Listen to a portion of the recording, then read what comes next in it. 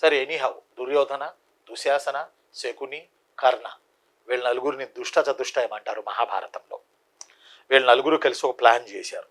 ఎలాగైనా ధర్మరాజు బ్యాచీని యువరాజు లేదు ఏం లేదు తీయించి పంపించేయాలని వెళ్ళి తండ్రి దగ్గర పడ్డారు, ధృతరాష్ట్రుడి దగ్గర పడ్డారు.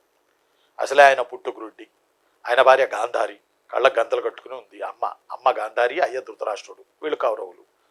వీళ్ళు వెళ్ళి చెప్పారు, నానా ధృతరాష్ట్ర నాన్నగారు, నేను రాజావాల్సింది నన్ను వదిలేసి చిన్నాన పాండురాజు కొడుకైనటువంటి ధర్మరాజుని మీరు యువరాజు చేశారు. ఇది ధర్మం కాదు నాన్న. మేమంతా రేపు బానిసలుగా బతకాలి పాండవుల కింద. ఇది మాకు తగునా? మీరు ఈరోజు పరిపాలిస్తున్నారు హస్తినాపురాన్ని కౌరవులుగా రాజుగా.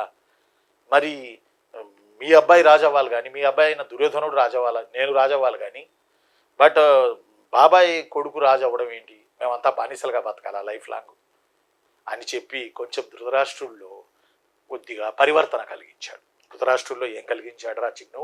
పరివర్తన కలిగించాడు ధృతరాష్ట్రుడు. కొంచెం ఆలోచించాడు, అవును కదా తన బిడ్డలు నా బిడ్డలు, ఇదేంది ఇట్లా మాట్లాడుతున్నాడు నా కొడుకు అనే ఫీలింగ్ వచ్చి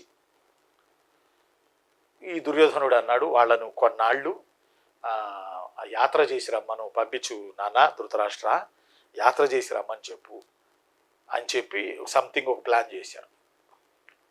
ఆ ప్లాన్ ప్రకారం ధృతరాష్ట్రుడు ధర్మరాజుకు చెప్పాడు. ధర్మరాజుకి ఏం చెప్పాడంటే, వారణావతం ఇక్కడ రాస్తున్నాను చూడండి. వారణావతం అనే ఒక ప్రాంతం ఉంది గంగానది పరివాహక ప్రాంతాల్లో. వారణావతం బాగా గుర్తుపెట్టుకోవాలరా చిన్ను. వారణావతం అనే ఒక ప్రాంతం ఉంది గంగానది సమీప ప్రాంతంలో.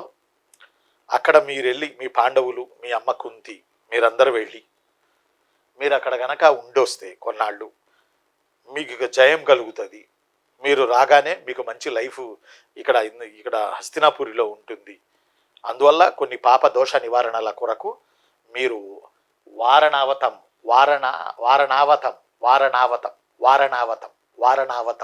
అనే పర్వతం దగ్గరికి వెళ్ళి అక్కడ పర్వతం లేదా ప్రదేశానికి వెళ్ళి అక్కడ ఉండి రండి. ఇప్పుడు బాబాయ్ ధృతరాష్ట్రుడు చెప్పినటువంటి మాట ధర్మరాజు ఆలకించాడు. ఆలకించి ధర్మరాజు గుర్తుపెట్టుకోవాలి, ధర్మరాజు అతని సోదరులు తల్లి కుంతిని తీసుకుని వారణావతం వద్ద వెళ్ళి ఉండండి అన్నాడు ధృతరాష్ట్రుడు. దీనికి అనుగుణంగానే పాండవులు ఇక కాశీని దర్శించుకొని దాని సమీపాన ఉన్న వారణావతం గంగానది ఒడ్డునున్న కాశీని దర్శించుకొని